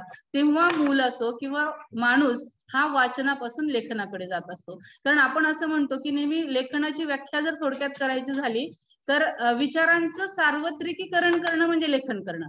म्हणजे माझा जो विचार आहे त्या विचाराला मला सार्वत्रिक रूप द्यायचं आहे आणि मग त्याचं लेखन मी करत असतो की जे दुसरा समजून घेत असतो. यामध्ये होणारी जी प्रचंड प्रक्रिया असते ती मेंदूच्या स्तरावरती चालते आणि आपल्याला असं वाटतं की वाचन लेखन हे काही इतकं सोपी बाब आहे की आमचे शिक्षकही ते सहजतेने घेतात आणि आमचे सगळेच लोक जे शिक्षण प्रक्रियेमध्ये असतात ते देखील सहजतेने घेतात. परंतु या प्रक्रियेकडे जेव्हा आपण बघतो त्यावेळेस त्याच्यामध्ये असणाऱ्या घटकांमध्ये जी काही साखळी आहे ती साखळी जर पूर्ण झाली नाही तर ती शृंखला जर मध्ये आधी तुटली आणि त्यातला एखादा जरी घटक आपण व्यवस्थित नाही मुलाला समजून सांगितला तर निश्चितपणाने मुलाला जे आपण म्हणतो की प्रोफिशियन्सी लेवलची वाचन किंवा प्रोफिशियन्सी लेवलचं लेखन याच्यामध्ये कुठे ना कुठे हा अडथळा निर्माण होत असतो. तर या दृष्टिकोनातून काही घटक जे आहेत पायाभूत साक्षरतेचे ते मराठी किंवा भाषेमध्ये असं म्हटलेले लिटरसी या अर्थाने, मग ती कोणतीही भाषा असू शकते. विशेषतः आपल्याकडे आपण मातृभाषा म्हणतो आहोत आणि निपुण भारत असेल तर निपुण भारतच्या पूर्ण मिशन मध्येच हे म्हटलेलं आहे की आता सध्याची जी आवश्यकता आहे मुलांच्या भाषा विकासासाठी ती म्हणजे मातृभाषेचा पहिल्यांदा विकास आणि 5वी पर्यंत शक्य तिथे आणि होता होईल तिथे मातृभाषेतून शिक्षण किंवा त्याची जी काही घरची भाषा असेल त्यातून त्याला उपलब्ध करून देणं. मग हा जो आहे तो पहिला जो टप्पा येतो तो येतो मौखिक भाषा विकासाचा. त्याच्यानंतरचा जो आहे ते ध्वनीच्या संदर्भातली जाणीव जागृता. छोट्या छोट्या गोष्टी आहेत. शिक्षकांना आपल्याला हेच केंद्रस्तरावरती सांगायचं आहे की आपण एकदम वाचन आणि लेखनाकडे जेव्हा जातो त्यावेळेस एक गोष्ट लक्षात ठेवली पाहिजे की त्याच्यामध्ये नक्की काय काय होत असतं. की मौखिक भाषा विकास म्हणजे सुरुवातीला जेव्हा मूल आपल्याकडे शाळेत येत आहे, आता या आधी आणि आता देखील आपण एसएससीचा वर्ग जेव्हा आपण पूर्व म्हणतो शाळापूर्व तयारी, तर शाळापूर्व तयारीतूनच मूल काही भाषा स्वतः बरोबर घेऊन येत असतं. मग ती त्याच्या घरची आईची भाषा असेल, घरातली भाषा असेल किंवा काही सामाजिक जिथे कुठे तो राहतो त्या समाजाच्या संदर्भातली ती भाषा असते. म्हणजे या भाषा त्याला विकास त्याचा झालेलाच असतो, परंतु त्याला आपल्याला जोडायचं असतं ते म्हणजे आपल्या प्रमाणित भाषेकडे. आणि मग इथून मौखिक भाषा विकासापासून आपल्याला पुढची स्टेप किंवा पुढचा जो काही प्रवास आहे तो त्याचा सुरू करायचा असतो. त्या संदर्भाने मग ध्वनीची जाणीव जागृती त्याला करून देणे. अर्थात आपण असं म्हणतो की जेव्हा आपण प्रकटीकरणाकडे ध्वनीच्या जाणीव जागृतीबद्दल मला इथे खरंच जास्त बोलावंसं वाटतं की जेव्हा मूल आपल्या वर्गात येतं तेव्हा सुरुवातीच्या पहिल्या वर्गात जेव्हा मूल येतं तेव्हा ते बोलत नाही, कारण तुमची म्हणजे शिक्षकांची त्यांची रेंज जमत नाही आणि शिक्षकांची भाषा वेगळी त्याला वाटते आणि त्याची स्वतःची भाषा, त्याच्या सहअध्ययनाची भाषा वेगळी वाटते, त्याच्या मित्रमैत्रिणी ज्या असतात, घरातली भाषा असते ती वेगळी वाटते. आणि त्याच्यामुळे जनरली तो काय करतो की त्याला जे प्रकट व्हायचं असतं, त्याला जे बोलायचं असतं मौखिकदृष्ट्या, तो त्याला बोलण्यासाठी फार पटकन तयार होत नाही. परंतु ही प्रोसेस करणं हे खरं तर शिक्षकांच्याच हातात असतं, की त्याचा कुठपर्यंत मौखिक भाषा विकास झालेला आहे आणि आपल्याला कुठपर्यंत न्यायचा आहे याचा जो काही आराखडा आहे तो शिक्षकांनी आपल्याकडे उपलब्ध असणाऱ्या सर्व जे काही लेखी साहित्य असेल किंवा जे काही उपयोगात आणण्याचं वर्गामध्ये साहित्य आहे, या सगळ्या साहित्यांच्या मदतीने मुलांना तिथपर्यंत घेऊन जाणं गरजेचं असतं. त्याचबरोबर डिकोडिंग आपण जे म्हणतो, त्या डिकोडिंग हा शब्द आपल्याकडे जास्ती करून आता खूप सारा प्रसारित झालेला आहे, प्रचलित झालेला आहे आणि तो IT शी संबंधित म्हणून आपण तो स्वीकारतो. खरा तर तो आपल्या भाषिक साक्षरतेचा एक घटक आहे आणि म्हणून डिकोडिंग कडे आपल्याला लक्ष दिलं पाहिजे. तर निसांकेतिकरण असं आपण मराठीमध्ये त्याला म्हणू शकतो. आता ह्या निसांकेतिकरणामध्ये आपल्याला या मुलांच्या संदर्भाने काय करावं लागेल, तर वर्गामध्ये त्यांची एक भाषा असते बघा. मुलं काही ना काही रेखाटत असतात, मुलं काही ना काही काढत असतात, अगदी ओळी किंवा रेघाही मारत असतात, परंतु त्याचा अर्थ हा त्याला अभिप्रेत असतो काही ना काही. इव्हन घरात पण बघा, ज्या घरांमध्ये लहान मुलं असतात त्या घरांमधल्या सगळ्या भिंती ह्या रंगलेल्या असतात आणि आपल्याला असं वाटतं की त्या घाण झाल्या, परंतु त्या घाण नसून त्याचं कुठेतरी ते डिसांकेतिकरण करणं आपल्याला जमत नाही, कारण त्याची भाषा आपल्याला कळत नाही. मग आपली भाषा आणि त्याची भाषा जेव्हा एकमेकांची समजते तेव्हा त्याचं डिकोडिंग होतं आणि मग त्याला अर्थ निर्वचन किंवा आकलनात्मक जी समज असते ती आपल्याला त्याची उकल होत असते. मग या साध्या साध्या गोष्टी असतात, परंतु या गोष्टी आपल्याला जाणीवपूर्वक वर्गामध्ये करणं गरजेचं आहे. आणि केंद्र परिषदेमध्ये सुद्धा आता आपल्याला शिक्षकांना याच गोष्टी करणं आपल्याला पुढे जावं लागणार आहे. काही शिक्षकांचे आपल्याला या संदर्भाने ग्रुप करावे लागतील. नक्की आपण ध्वनीची जाणीव जागृतीसाठी काय करतो किंवा काय कराल या संदर्भाने शिक्षक आपले हे सगळं काम करत असतात, सगळं साहित्य तयार करत असतात, परंतु त्याच्याकडे जाणीवपूर्वक पाहणं यासाठी हे उद्बोधन सत्र आहे असं मला वाटतं. तर ज्या काही गोष्टी आपल्याला करून घ्यायच्या आहेत त्या फक्त न सांगता शिक्षकांना प्रत्यक्षपणे त्याच्यावरती एक विचार प्रवर्तन करणं किंवा प्रवर्तक करणं आणि मग त्यांची जी काही शिकवण्याची पद्धती आहे त्याच्यामध्ये बदल करणं हा या ठिकाणी अपेक्षित आहे. त्यासारखं शब्दसंग्रह हा पुढचा घटक याच्यामध्ये आहे. अर्थात शब्दसंग्रहामध्ये खूप सारी उपलब्धता आपल्याकडे आहे. फक्त शब्दसंग्रह आपण फक्त शाळेतून देतो किंवा वर्गातून द्यावा असा हा उद्देश नाहीये. अभियान असं सांगतं की शब्दसंग्रह, शब्द कुठे कुठे मिळू शकतात. शब्द निसर्गात आहेत, शब्द घरात आहेत, शब्द समाजात आहेत, शब्द रस्त्याने गोळा करत येतात मुलं, शब्द जिथे कुठे आपण माणूस असतो त्या ठिकाणी शब्द दिसत असतात, परंतु त्या शब्दाचं डिकोडिंग होणं, त्याचा अर्थ आपल्याला समजणं आणि त्याचं आकलनात्मक उपयोजन होणं, या सगळ्या गोष्टींची प्रक्रिया करण्यासाठी जो एक मधला दुवा असतो तो दुवा शिक्षकांनी होणं अपेक्षित आहे या ठिकाणी मला असं वाटतं. आणि म्हणून शिक्षकांनी जास्तीत जास्त शब्दसंग्रह वाढवण्यासाठीचे उपक्रम कोणते आहेत, काय करता येईल. मग या ठिकाणी प्रत्येक वेळेस असं नाही की शब्दसंग्रह आला की तो लायब्ररी पाहिजे, पुस्तकं पाहिजे, तर त्या वयोगटानुसार आपण काय करू शकतो, मुलांकडून काय करून घेऊ शकतो, या साध्या साध्या गोष्टी आपल्याला या चर्चेतून पुढे न्यावयाच्या आहेत. त्याचबरोबर आणि आकलनात्मक असेल किंवा ओघवते वाचन असेल, छपाई संदर्भातल्या संकल्पना असतात. आता छपाई संदर्भातल्या संकल्पना बाबतीत सुद्धा मला असं म्हणायचं आहे की ऍक्च्युली जे छापून येतं किंवा जे प्रिंट मीडिया आहे त्या प्रिंट मीडियाचा अर्थ लावणं फार महत्वाचं आहे. आणि त्या प्रिंट मीडिया किंवा जे काही छपाई समोर दिसते तो जो काही मजकूर असतो त्या मजकुराचं सांकेतिकीकरण जे आहे ते मुलांना समजण्यासाठी जास्तीत जास्त प्रिंट रिच मीडिया हा त्यांच्या समोर गेला पाहिजे. वर्गातून तशी रचना आपण करणं गरजेचं असतं. आणि मग तो लेखन आणि वाचन संस्कृतीकडे जाणारा जो काही प्रोफिशियन्सीचा घटक आहे, पायाभूत साक्षरतेकडून ऍक्च्युअली प्रोफिशियन्सी लेवलकडे जाणं हे महत्वाचं ठरतं. आणि या छोट्या छोट्या घटकांमधूनच आपण ते निश्चितपणाने साध्य करू शकतो. त्याच्यानंतर यातला पुढचा जो महत्वाचा घटक आहे तो म्हणजे पायाभूत संख्याज्ञान. आणि त्या संख्याज्ञानामध्ये सुद्धा आपण जसं साक्षरतेच्या बाबतीमध्ये विचार करतो त्याच प्रकारे संख्याज्ञानातले जे काही घटक आहेत त्या घटकांवरती सुद्धा आपल्याला विचार करणं गरजेचं राहतं. संख्यापूर्व संबोध असेल किंवा आपण त्याला संख्यापूर्व ज्ञानही म्हणतो जनरल हे करताना, किंवा गणनपूर्व तयारी असं देखील आपण म्हणतो. तर या सगळ्या गोष्टी या संख्यापूर्व संबोधामध्ये येतात.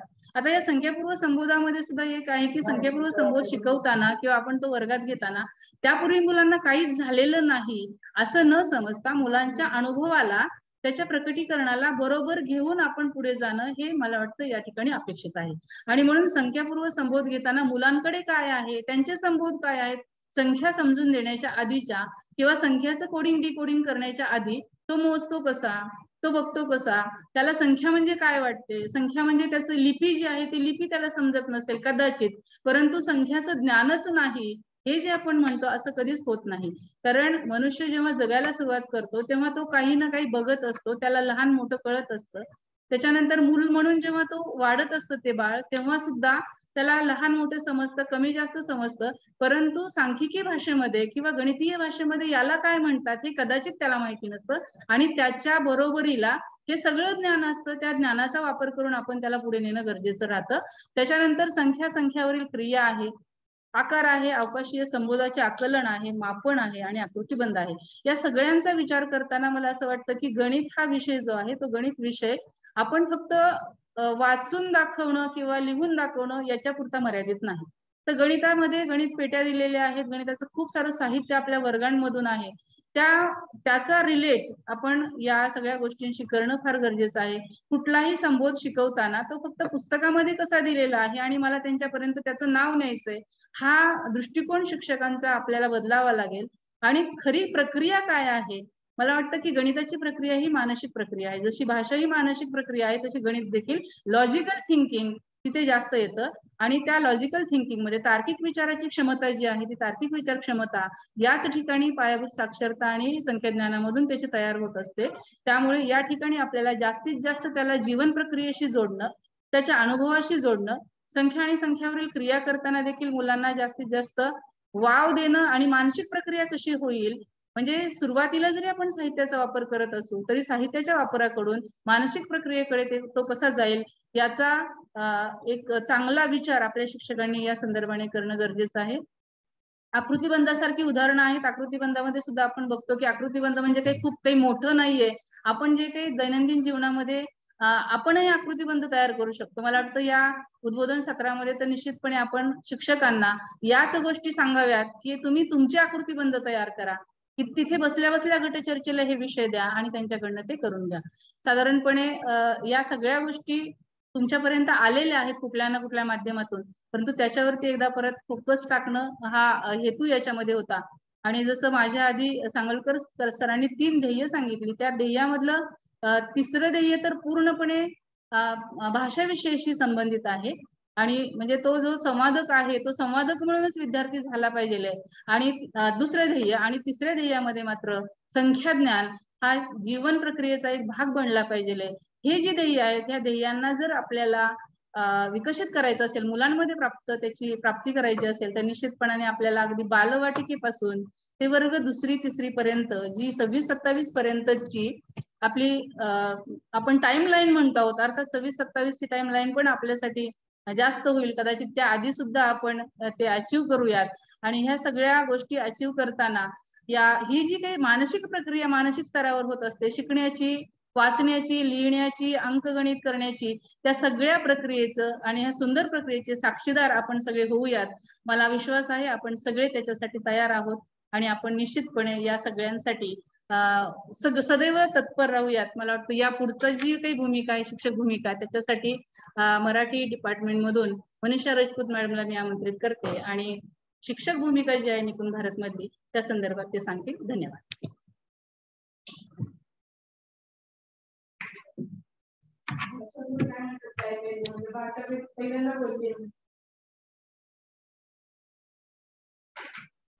धन्यवाद भालेराव मॅडम. आपण यापूर्वी पाहिलं की निपुण भारत अभियान जे राबवण्यात आलेलं आहे त्याच्याबद्दलची जाणीव जागृती सर्व स्तरांवर होण्यासाठी आपण शिक्षक उद्बोधन सत्र आयोजित करणार आहोत. आता त्याच्यात शिक्षकाची भूमिका ही खूप महत्वाची असणार आहे. तर हे उद्बोधन सत्र राबवताना शिक्षकाची नेमकी भूमिका काय असावी याबाबत मी तुमच्याशी संवाद साधणार आहे.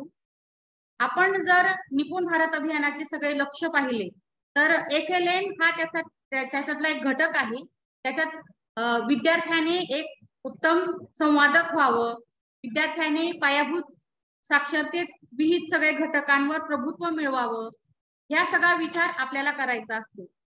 आता शिक्षकांपर्यंत ही भूमिका पोहोचवायची म्हणजे काय करायचं नेमकं, तर आपल्याला सर्वात आधी आपल्या वर्गात जे विद्यार्थी येतात तर प्रत्येक विद्यार्थी हा युनिक असतो, एकमेवा अद्वितीय असतो, हे आपण लक्षात घ्यायला पाहिजे. विद्यार्थी जेव्हा वर्गात येतो तेव्हा त्याचं सगळं सोशल इकॉनॉमिकल बॅकग्राऊंड सोबत घेऊन तो येत असतो. प्रत्येकाची लर्निंग स्टाईल वेगळी असते, अध्ययन शैली वेगळी असते आणि प्रत्येकाचा शिकण्याचा वेग वेगळा असतो. हे आधी शिक्षकांना समजावून सांगणं महत्वाचं आहे असं मला वाटतं. जेव्हा विद्यार्थी मूल समजून घेईल, जेव्हा विद्यार्थ्याला त्याचं बॅकग्राऊंड समजेल, त्याचे सगळे इश्यूज, त्याची लर्निंग स्टाईल हे सगळं समजेल, तेव्हा त्या विद्यार्थ्याला कोणत्या पद्धतीने आपण समजावून सांगितलं तर त्याचं अध्ययन अधिक प्रभावशाली होईल, अधिक गतीने होईल, हे शिक्षकांना समजण्यास मदत होते. आता निपुण भारत अभियानात वेगळं ते काय करायचं ते आपण बघूया. आपल्या समोर एक स्लाइड दिसते, त्याच्यात आपल्याला दैनंदिन जे वेळापत्रक आहे आपलं, जे आपलं साप्ताहिक वेळापत्रक आपण करत असतो, तर त्याच्यात भाषेसाठी म्हणजे पायाभूत साक्षरतेसाठी आपल्याला मॅन्डेटरी कंपल्सरी 90 मिनिटं रोज द्यायचीच आहेत, हे कंपल्सरी आहे. आणि संख्या ज्ञानासाठी आपल्याला 60 मिनिटं द्यायची आहेत. आता शिक्षकांच्या मनात हा विचार येऊ शकतो की एवढा जास्त तो वेळ आहे, एवढा जास्त कालावधी जो आहे तो का द्यायचा, असा प्रश्न आपल्याला शिक्षकांकडून येऊ शकतो. तर आपण जर पाहिलं तर भाषा म्हणजे पायाभूत साक्षरता हा सर्व विषयांचा बेस असतो. जर विद्यार्थ्याला भाषेवर प्रभुत्व मिळालं, तो सहजपणे वाचू शकला, केवळ वाचणं महत्वाचं नाही तर समजपूर्वक वाचन करू शकला, त्याला वाचलेलं समजू शकला, तर इतर विषयांवर प्रभुत्व मिळणं त्याला अधिक सहज होत असतं. हे आपण शिक्षकाला समजावून सांगणं गरजेचं आहे. त्यानंतर आहे संख्या ज्ञानासाठी 60 मिनिटं. तर गणित हा विषय जसं भालेराव मॅडम यांनी यापूर्वी सांगितलं की जरा मानसिक प्रक्रियेवर तो आधारित असतो. तर विद्यार्थ्याला गणितासाठी पुरेसा सराव मिळण्यासाठी संधी मिळावी, गणिताच्या ज्या वेगवेगळ्या कन्सेप्ट असतात, बेसिक कन्सेप्ट असतात, मूलभूत संबोध असतात, ते समजण्यासाठी विद्यार्थ्याला अधिक वेळ देणं आवश्यक आहे. म्हणून आपल्याला रोजच्या दैनंदिन वेळापत्रकात 90 मिनिटे भाषेसाठी म्हणजे पायाभूत साक्षरतेसाठी आणि 60 मिनिटं गणितासाठी देणं आवश्यक आहे. हा मेसेज शिक्षकांपर्यंत पोहोचणं महत्वाचं आहे असं मला वाटतं. आता त्याचा पुढचा मुद्दा आहे शाळापूर्व तयारी. तर शाळापूर्व तयारी जी आहे ती आपल्या परिषदेमार्फत 2 टप्प्यात घेण्यात आलेली आहे. एक म्हणजे पहिलं पाऊल म्हणजे अंगणवाडी किंवा बालवाडीच्या विद्यार्थ्यांसाठी आहे 3 ते 6 पर्यंत, आणि त्याच्यानंतर पहिलीत प्रवेशित झालेल्या विद्यार्थ्यांसाठी आपल्याला विद्या प्रवेश हा कार्यक्रम आता सगळ्याच शाळांमध्ये सुरू असेलच. त्याबद्दल आदरणीय सुपे सर आणि बनकर सर तुम्हाला यापुढे मार्गदर्शन करणारच आहेत. तर शाळापूर्व तयारीला विशेष महत्व का द्यायचं हे आपल्याला शिक्षक उद्बोधन सत्रात पटवून देणं महत्वाचं आहे. आता ते का, तर विद्यार्थी जे असतात 6 वर्षापूर्वीचे विद्यार्थी म्हणजे पहिलीत प्रवेशित होण्याच्या आधी ते मुक्तपणे खेळत असतात, घरात असतात, कुटुंबात असतात, आणि जेव्हा ते पहिलीत येतात आई बाबांचं बोट सोडून जेव्हा ते गुरुजींचं बाईंचं बोट पकडतात तेव्हा ती शाळा त्याला आपलीशी वाटावी, ही शाळा माझ्या प्रगतीसाठी काहीतरी करते असं त्याला वाटावं.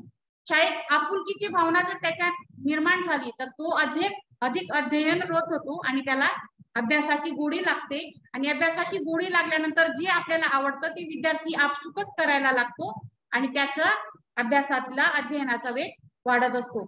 त्याच्यानंतर प्राथमिक स्तरावरील पूर्व साक्षरता व संख्याज्ञान याबाबतचे अध्ययन अध्यापन सक्षमीकरण करणे. आता याच्यासाठी शिक्षकांना वेगवेगळ्या ज्या पेडागॉजीज आहेत, अध्यापन शास्त्रीय ज्या मेथड्स आहेत ज्या अगदी सोप्या आहेत, प्ले वे मेथड म्हणजे खेळातून शिक्षण किंवा विद्यार्थ्यांना ज्याच्यात आवड आहे अशा ऍक्टिव्हिटी बेस्ड, प्ले बेस्ड अशी मेथोडॉलॉजी वापरून आपल्याला विद्यार्थ्यांना अध्ययनात गुंतवून ठेवायचं आहे. आता पुढचं आहे प्रिंट रिच एन्व्हायरमेंट तयार करणं. आता प्रिंट रिच एन्व्हायरमेंट तयार करणं म्हणजे काय हे शिक्षकांना आपल्याला समजावून सांगायचं आहे. विद्यार्थी वर्गात आल्यानंतर किंवा शाळेच्या परिसरात त्यांनी एंट्री केल्यानंतर आपसुकच त्याची नजर आजूबाजूला जात असते. शाळेवरच्या भिंती, कंपाऊंडवरच्या भिंती, वर्गातल्या पोस्टर्स, वर्गात लागलेले हँगआउट्स किंवा कार्ड्स पडलेले असतील, एक वाचन कोपरा असतो, कार्यानुभवाचा कोपरा असतो. तर हे जे सगळं साहित्य असतं, तर याच्याशी जेव्हा तो इंटरॅक्ट होत असतो, त्याची जेव्हा साहित्यासोबत आंतरक्रिया होत असते, तेव्हा तो नकळत शिकत असतो. आणि ते जे नकळत शिकणं असतं त्याचा इम्पॅक्ट विद्यार्थ्यांवर जास्त असतो.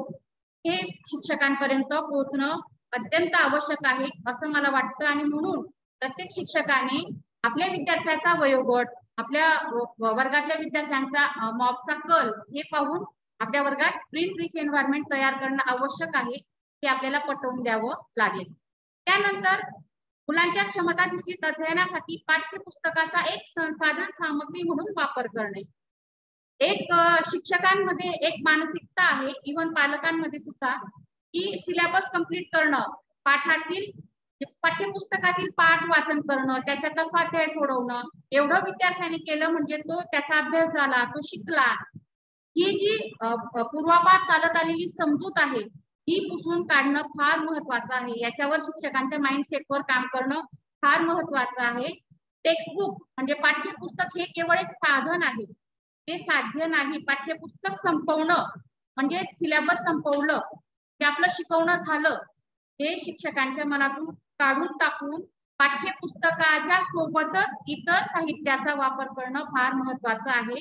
आपल्या वर्गात जे उपलब्ध साहित्य असतं, गणित पेटी आहे, मराठी पेटी आहे, इंग्रजी साहित्याची पेटी आहे, वेगवेगळे आपले जे कार्ड्स असतात, शिक्षक स्वतः खूप सारे शिक्षक क्रिएटिव्ह असतात, ते स्वतः खूप साहित्य निर्मिती करत असतात. तर त्या साहित्याचा आणि पाठ्यपुस्तकांचा उपयोग करून आपल्याला यापुढे केवळ एलोज, त्याला अध्ययन निष्पत्ती म्हणतात, अध्ययन निष्पत्तीवर फोकस करून आपल्याला सर्टन एलोज, एखादा एलो अचीव करण्यासाठी, साध्य करण्यासाठी जी साधन सामग्रीची आवश्यकता आहे ते सगळं वापरून आपल्याला विद्यार्थ्यांमध्ये जी अध्ययन निष्पत्ती आहे ती साध्य करायची आहे. हा गोल शिक्षकांनी लक्षात ठेवणं फार महत्वाचं आहे. हा संदेश उत्पादन सत्रात जाणं गरजेचं आहे. आता विद्यार्थी जेव्हा येतात तेव्हा ते आपल्या महाराष्ट्रात बहुभाषिक समाज आहे सगळा, तर खूप साऱ्या भाषेचे विद्यार्थी येत असतात. आणि जर शिक्षक प्रमाण भाषेतच शिकत राहिला तर कुठेतरी शिक्षकांनी सांगितलेलं त्याला कळत नसतं. म्हणून तो विद्यार्थी ज्या भाषेतून आलेला आहे त्याच्या सहित ऍक्सेप्ट करून सुरुवातीला त्याच्याच भाषेत संभाषण करून हळूहळू त्याला प्रमाण भाषेकडे आणायचं आहे. आणि त्याच्या भाषेतली गंमत सुद्धा इतर विद्यार्थ्यांना पण ती भाषा शिकण्यास मजा येईल असा आपण एक भाषा संगम म्हणून एक कार्यक्रम सुद्धा मराठी विभागामार्फत घेण्यात आलेला आहे, तो याच्यासाठी होता. आणि वर्गात मी शिकवतो ही जी शिक्षकाची भूमिका आहे त्याच्यात बदल करणं फार महत्वाचं आहे. शिक्षकाची भूमिका ही विद्यार्थ्याला शिकण्यासाठी पूरक असं वातावरण निर्माण करणं ही आहे. हे रुजवणं शिक्षकात फार महत्वाचं आहे असं मला वाटतं. आणि या मुद्द्यावर शिक्षकांसोबत चर्चा घडून आणली तर उद्बोधन सत्रात ते अधिक इंटरॅक्टिव्ह होऊ शकतं. तसंच वर्गात एक साधी सोपी भाषा शिक्षकाने वापरावी जेणेकरून ती जड बोजड न वाटता विद्यार्थी आपसुकच वर्गात रमेल. आता पुढे शिक्षकाने काय करायचं की एलो जर ठरवले आहे की ज्याच्यावर अचिव्हमेंट करायची आहे तर त्याच्यासाठी शिक्षकाने स्वतः पूर्वतयारी करणं गरजेचं आहे. कोणकोणते खेळ घेणं अपेक्षित आहे, कोणकोणती कृती करणं अपेक्षित आहे. तर याची जर यादी आपण उद्बोधन सत्रात करून घेतली एलोज वाईज तर खूप सारी केंद्रावर आपल्याकडे खूप एक लिस्ट मोठी तयार होऊ शकते आणि नंतर ती आपण डिस्ट्रीब्यूट केल्यानंतर प्रत्येक शिक्षकाला त्याचा मदत होऊ शकतो. आता सर्वसमावेशक शिक्षणात विशेष गरजा असणारे जे दिव्यांग विद्यार्थी आहेत, जे त्या कृती करू शकत नाहीत, त्या कृती करायला थोडासा वेळ त्या विद्यार्थ्यांना दिला गेला पाहिजे. ही जी जाणीव आहे ती शिक्षकांमध्ये निर्माण करणं खूप गरजेचं आहे. शिक्षकांनी बहुभाषा हा एक स्रोत म्हणून वापरला पाहिजे. आता मी मगाशीच सांगितलेलं आहे की वर्गात जी विविध भाषेचे विद्यार्थी असतात तर त्यांच्या भाषेत त्यांच्याशी कम्युनिकेशन करून शिक्षकांनी जर संवाद साधला तर विद्यार्थी वर्गात सहज रमू शकतात. उलट बहुभाषिक असलेले विद्यार्थी जर वर्गात असले तर वर्गातील सर्वच विद्यार्थी बहुभाषिक होतात आणि ते शिक्षक पण बहुभाषिक होऊ शकतात. आता शिक्षक आणि विद्यार्थी दोन्ही करता उत्तम दर्जाचे अध्ययन साहित्य उपलब्ध करून दिले पाहिजे. SCERT मार्फत TLM टीचिंग लर्निंग मटेरियल मोठ्या प्रमाणावर तयार झालेली आहे आणि तयार होतही आहे आणि आपल्यापर्यंत पोहोचतही आहे. तर ते साहित्य कसं वापरायचं त्याबाबत सुद्धा उद्बोधन सत्रात जर आपण माहिती दिली तर तेही उपयुक्त ठरेल. त्यानंतर आता साहित्य आपण जेव्हा म्हणतो की आपल्याला अध्ययनपूरक वातावरण निर्मिती करायची आहे वर्गात, तर खूप सारं साहित्य आपल्याला तयार करायचं असतं. मग ते खूप कॉस्टली असावं का? तर नाही.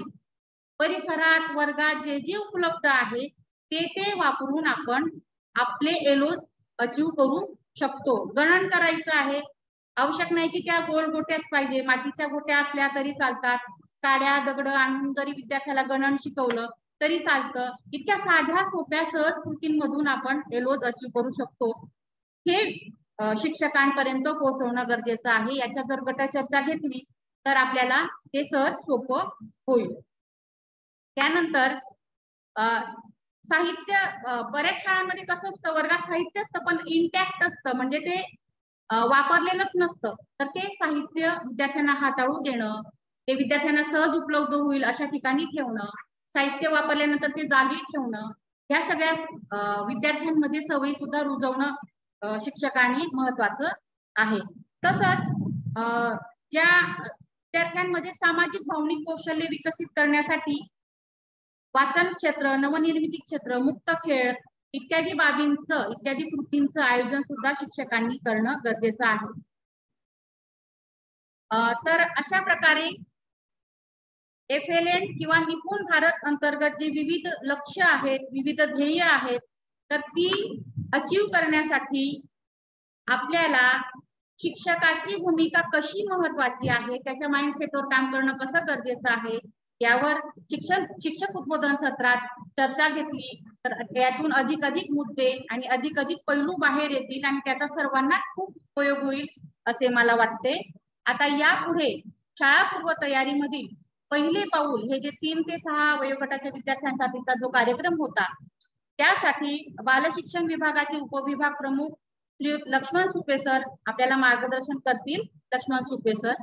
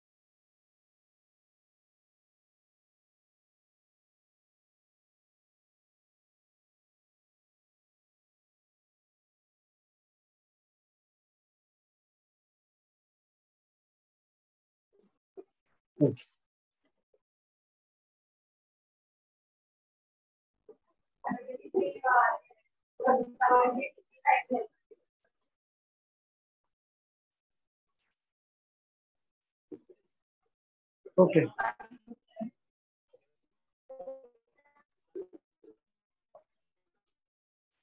धन्यवाद मॅडम. हा सुपे सर बोला. आवाज येतोय मॅडम माझा? हा येतोय, बोला बोला. हो ओके.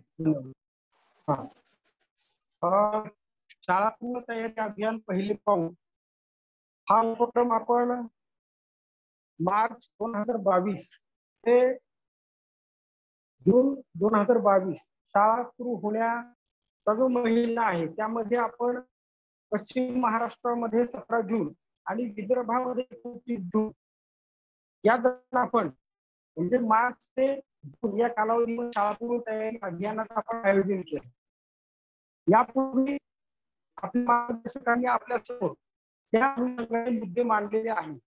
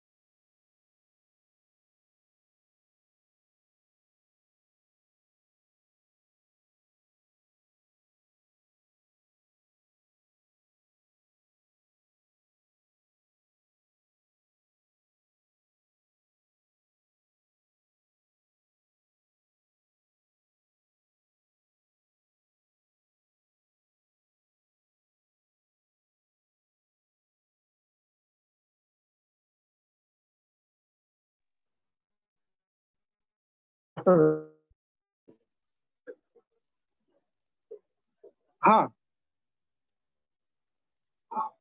तर आपण शाळापूर्व तयारी अभियानाच्या अनुषंगाने ज्या बालकांची शाळापूर्व तयारी चांगली झालेली असते त्या बालकांची प्राथमिक स्तरावरील मूलभूत ज्या क्षमता आहेत त्या क्षमतांची संपादनूक प्राथमिक स्तरावरील बालकांची चांगली आपल्याला दिसून येते. त्या दृष्टिकोनातून आपण शाळापूर्व तयारीचं महत्व हे केंद्रस्तरीय शिक्षण परिषदेमध्ये शिक्षकांना, अंगणवाडी सेविकांना हे आपण पटवून द्यायचं आहे. संशोधक असं सांगतात की वयाच्या 8 वर्षापर्यंत बालकांच्या मेंदूचा विकास 80% असतो. म्हणून 6 ते 8, 9 हा वयोगट जो आहे या वयोगटासाठी आपण विशेषत्वानं या वयोगटाकडे आपण लक्ष देत आहोत. शाळापूर्व तयारी अभियानामध्ये आपण ज्यावेळेस एप्रिलमध्ये पहिले मेळावे घेतले त्यामध्ये सर्व पालक, शिक्षक, अंगणवाडी सेविका यांचा आपण सहभाग घेतला. केंद्र स्तरावरती अंगणवाडी सेविका आणि पालक, शिक्षक आणि अंगणवाडी सेविका त्याचबरोबर स्थानिक जे काही सुशिक्षित मुले होती त्यांना आपण त्यामध्ये सहभागी करून घेतलं. बालकांच्या शाळापूर्व तयारीच्या कृती पालकांनी घ्याव्यात यासाठी आपण उत्तम असं साहित्य देखील पालकांना वितरित केलेलं होतं. साधारणपणे 3 महिन्याच्या कालावधीमध्ये जी बालकांची शाळापूर्व तयारी ही पालकांच्या मदतीने अंगणवाडी सेविका, शिक्षकांनी करून घेतलेली आहे त्याचा एक चांगला प्रभाव, एक चांगली प्रगती मुलांच्या मध्ये शाळापूर्व तयारीच्या अनुषंगाने आपल्याला दिसून येते. आपण जे मेळावे आयोजित केलेले होते त्यामध्ये 7 स्टॉल्स आपण शाळा स्तरावरील या मेळाव्यामध्ये लावलेले होते. शारीरिक विकास असेल, बौद्धिक विकास, सामाजिक विकास, भाषापूर्व तयारी, गणनपूर्व तयारी. आता यामध्ये पालक आपल्या पाल्यांना घेऊन, जी दाखल पात्र मुलं आहेत त्यांना घेऊन उपस्थित होते. पालकांना देखील अंगणवाडीमध्ये, बालवाडीमध्ये किंवा पूर्व प्राथमिक शिक्षण केंद्रामध्ये माझ्या पाल्याचा विकास हा कसा झाला पाहिजे याची देखील ओळख या मेळाव्याच्या निमित्तानं पालकांना झालेली आहे. अंगणवाडीमध्ये शाळापूर्व तयारी म्हणजे अनौपचारिकरित्या शिकण्याची मुलांची जी तयारी करून घ्यायची आहे त्याची ओळख या निमित्तानं या शाळापूर्व तयारी अभियानातून सर्व सहभागी पालकांना त्याचबरोबर यंत्रणेतील आपल्या सर्व कार्यरत घटकांना ही झालेली आहे. शाळापूर्व तयारी पालकांची घरी घ्यावी यासाठी आपण जे साहित्य दिलं होतं, नेक्स्ट स्लाइड घ्या प्लीज. त्यामध्ये विकासपत्र आहे, कृतीपत्रिका आहे, शाळेतले पहिले पाऊल पुस्तिका ही देखील आपण पुरवलेली होती. त्याचबरोबर आयडिया कार्ड्स, आयोजकांसाठी सूचना पत्र आणि पोस्टर्स हे आपण दिलेले होते. आता केंद्रस्तरीय शिक्षण परिषदेमध्ये रजपूत मॅडम पुढची स्लाइड घ्या प्लीज. हॅलो,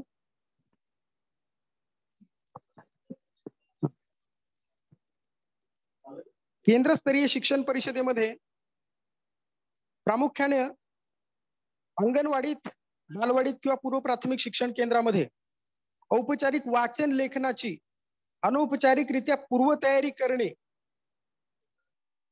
म्हणजे नेमकं काय करायचं आहे, कोणत्या कृती घ्यायच्या आहेत, एलओस काय आहेत पूर्व प्राथमिक स्तरावरचे याची ओळख ही केंद्र स्तरावरती सहभागी सेविकांना, उपस्थित शिक्षकांना ही व्हायला हवी. त्या दृष्टीने आपण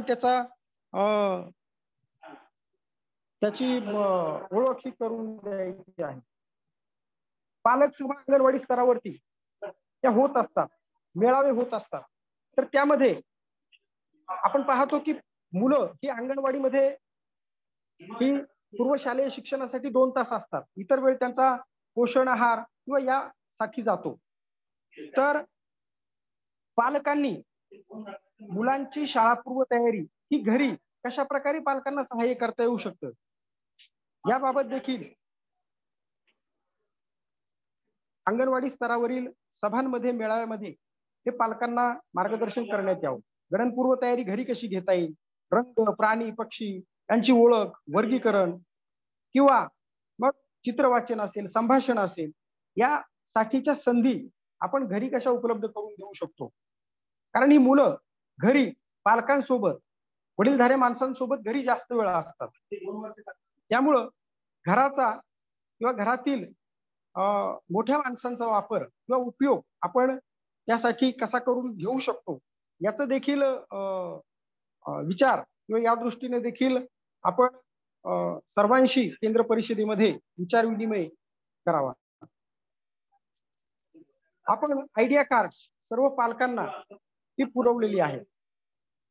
त्या आयडिया कार्ड्स मध्ये ज्या लिंक्स आहेत, QR कोड्स आहेत, त्यामध्ये पालक घरी कशा प्रकारे ह्या कृती घेऊ शकतात याची छान मांडणी ती केलेली आहे त्या व्हिडिओज मध्ये. त्याचप्रमाणे ICDS मार्फत युनिसेफच्या मदतीनं अंकुर हा उपक्रम जो सुरू आहे त्यामध्ये व्हॉट्सअप मेसेजद्वारे लिंक पाठवल्या जातात आणि त्या पालकांपर्यंत पोहोचवल्या जातात.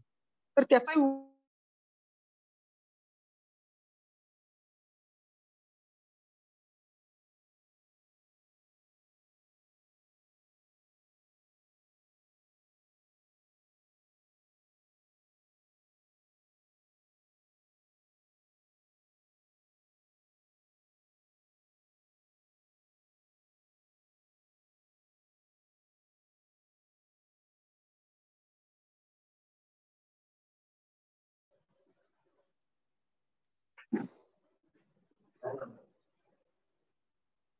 अंगणवाडी सेविकांना जी मदत आवश्यक